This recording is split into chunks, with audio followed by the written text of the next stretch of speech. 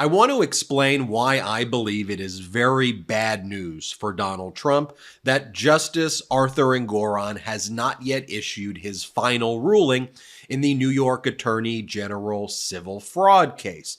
Now, you'll recall that January 11th of 2024 was the closing arguments in that case. New York Attorney General Letitia James was seeking $370 million, and that doesn't include the prejudgment interest and penalties, which can take this verdict in excess of $500 million. And New York Attorney General Letitia James is also requesting a permanent ban of Donald Trump to ever be involved in real estate in New York for the rest of his life. And at the conclusion of those proceedings, Justice Arthur Engoron stated that his estimate is that he would issue a final ruling on or before January 31st. He then ended the proceeding. Lots of other media picked up that same comment by Justice Engoron. It wasn't me predicting it. It was what Justice Engoron said. For example, this is the NBC article. Highlights: Trump civil fraud trial is over.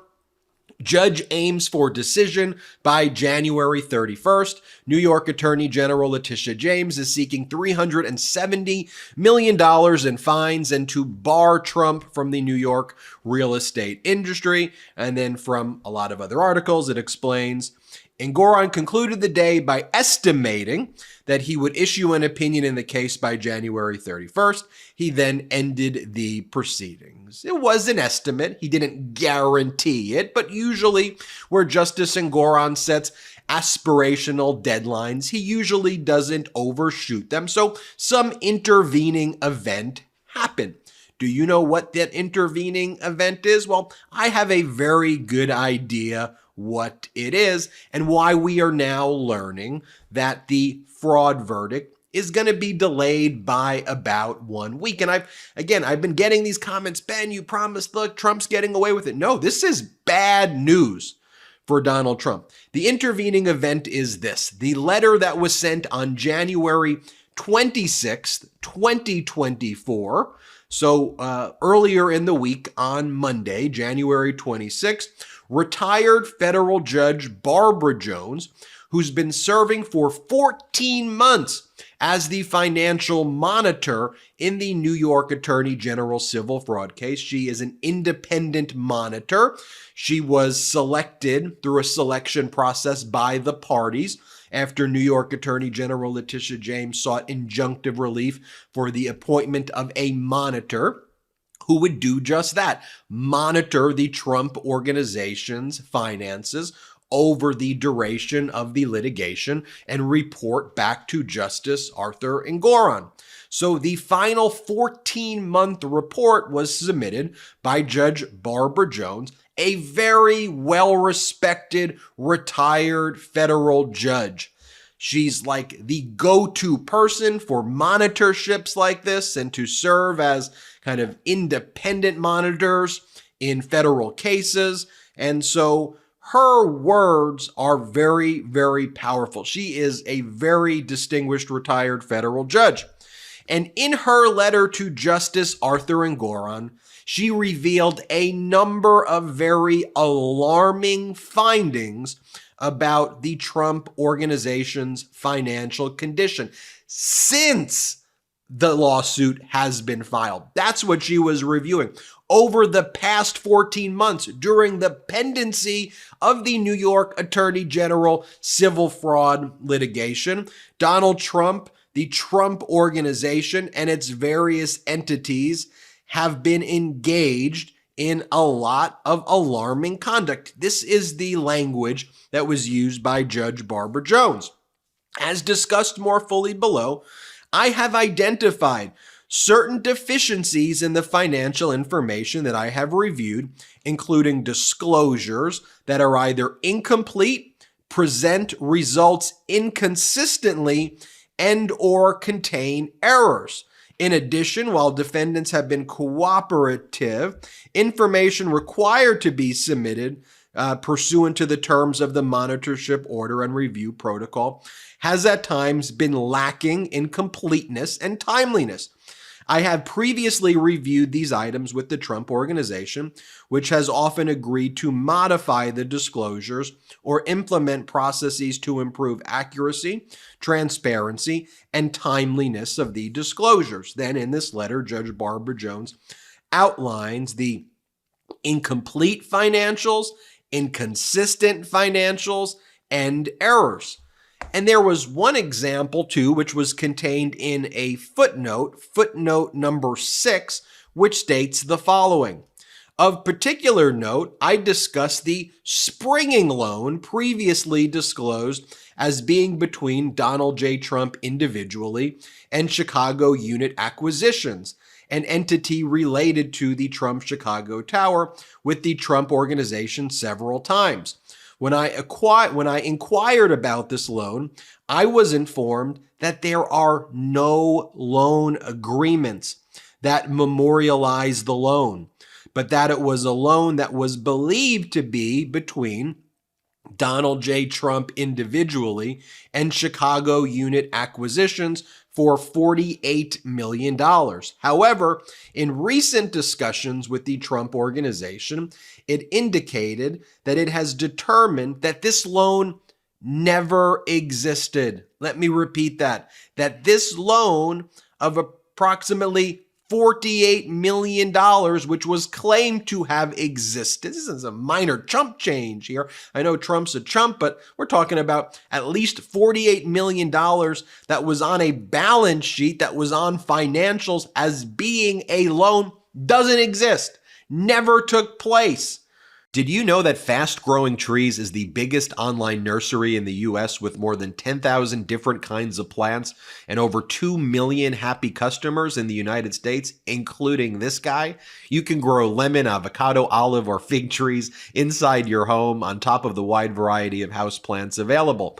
Fast Growing Trees makes it easy to order online, and your plants are shipped directly to your door in 1 to 2 days. And all along with their 30-day Alive and Thrive guarantee, they offer free plant consultation forever, which I absolutely love. I love Fast Growing Trees, and I recently got their most popular small avocado tree at a great price. Traditional landscaping could be so expensive, but Fast Growing Trees provides a great product at amazing prices, and I strongly recommend you check out Fast Growing Trees immediately. The experts at Fast Growing Trees curate thousands of plants, so you can find the perfect fit for your specific climate, location, and needs. That's what I did. You don't have to drive around to nurseries and big gardening centers. Fast Growing Trees makes it easy to order online, and your plants are shipped to your door in 1 to 2 days. Fast Growing Trees has in-house experts ready to help you make the right selection with growing and care advice available 24/7. You can talk to a plant expert about your soil type, landscape design, how to take care of your plants, and everything else you need. No green thumb required. Right now, they have the best deals online, up to half off on select plants. And listeners to our show get an additional 15% off when using the code MIDAS at checkout. That's an additional 15% off at fastgrowingtrees.com. Use the code MIDAS at checkout. That's fastgrowingtrees.com. And then use the code MIDAS. Offer is valid for a limited time. Tell them that Midas sent you. It goes on to say that the Trump Organization determined that the loan never existed, and thus it would be removed from any upcoming forms submitted to the Office of Government Ethics, and would also be removed from subsequent versions of the MAML, Material Assets and Material Liabilities. Judge Barbara Jones also pointed out things that she said in the financials were not consistent with the obligations by the Trump organizations in their various financial transactions. But if you just look at this, a $48 million phantom loan, and when you go and look at previous financial disclosures by Donald Trump, he lists this loan that was made by Chicago Unit Acquisitions, which you have to dig deeper.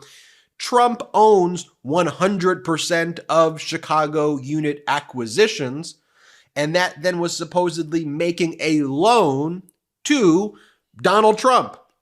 So Trump is the lender and the borrower in this situation.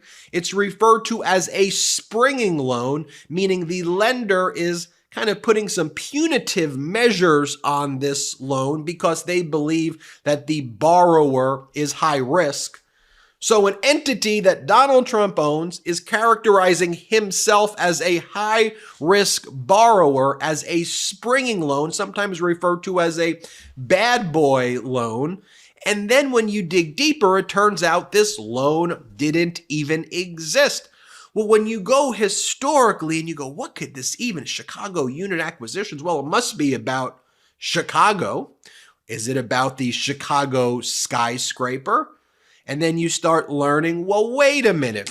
Donald Trump sued Deutsche Bank and Fortress and a bunch of other banks who made loans to him in this disastrous Chicago skyscraper deal when the housing market went bust in 2008. Trump then sued all of the lenders. They forgave debt as part of the settlement agreement. When you forgive debt like this, that could then be treated as income unless that debt is then parked in some other entity where you are still paying back the loan. You could try to create and make it on more favorable terms, but that loan has to exist somewhere else. The debt has to be purchased because if it's forgiven, you have to pay taxes on it. So I'm just asking questions here.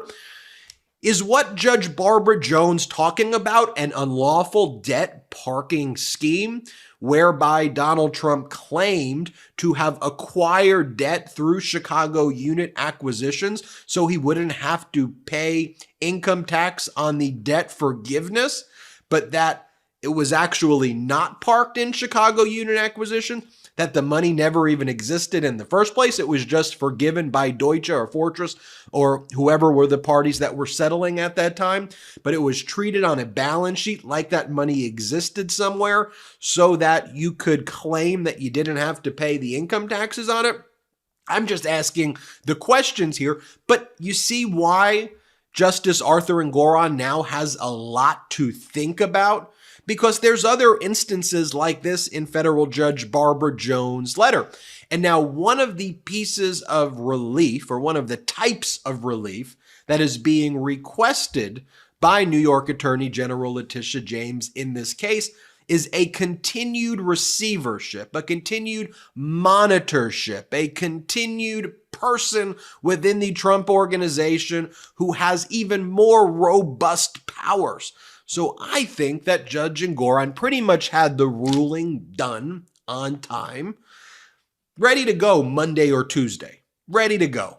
Probably checking for typos. He's very meticulous, very fastidious. Then what happens next? Then you get this letter on Monday. Then you had Trump's lawyer, Cliff Robert. He sent a letter, and here's the letter from that Cliff Robert sent from Robert and Robert. And they say that Judge Barbara Jones lacks competency. They say that her letter casts serious doubt on her competency. They say they paid her $2.6 million and that she's just being greedy. And Justice Engoron, the reason that she submitted this to you is because she wants to stay on as the monitor and keep getting paid. This is a gravy train for her. How offensive is that to even make that accusation? But it's typical Trumpian stuff to attack whoever, and this time attack the financial monitor's competency. She's one of the most respected retired federal judges in the entire country, one of the most high in demand people to perform these types of functions and assist courts in these things. So it just goes to show you, again, the low character of Donald Trump and his lawyers. But then Engoron got that letter. So Engoron now has to factor into his order, what is he going to do about Trump's ongoing conduct? And I think that one of the more powerful things that we're going to see when this Engoron order comes out, patience here is a good thing that we're waiting an extra week, because had the order been made before fully socializing, internalizing the gravity of these letters from federal Judge Barbara Jones and her analysis, then it actually would have been premature, and the order could have missed things. Now the order is going to include all this other conduct. Now, and I wouldn't be surprised if Justice Engoron basically orders some sort of quicker review, so these cases don't now have to take 2 years, to go through the system, like where Judge Barbara Jones spots a problematic conduct, it could be immediately brought to the attention of the court, and immediate remedies can be made right away as part of a continuing process versus a whole new lawsuit has to be brought. So that, to me, is what Justice Engoron is crafting now.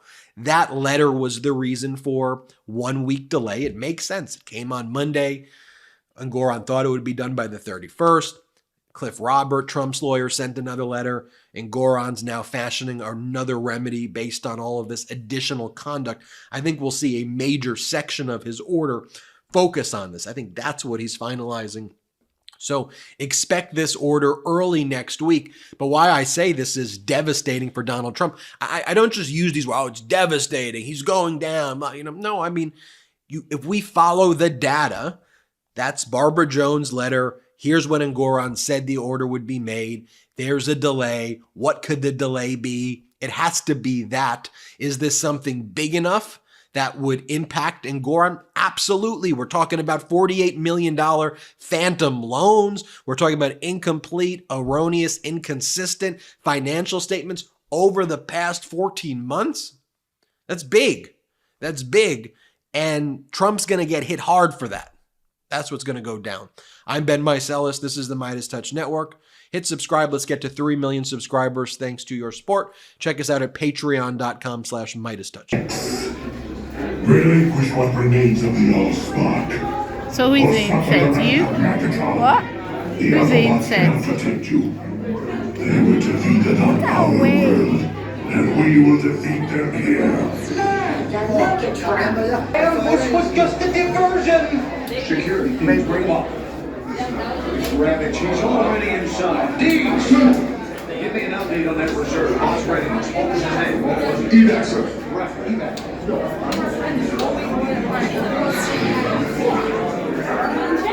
She's right in front.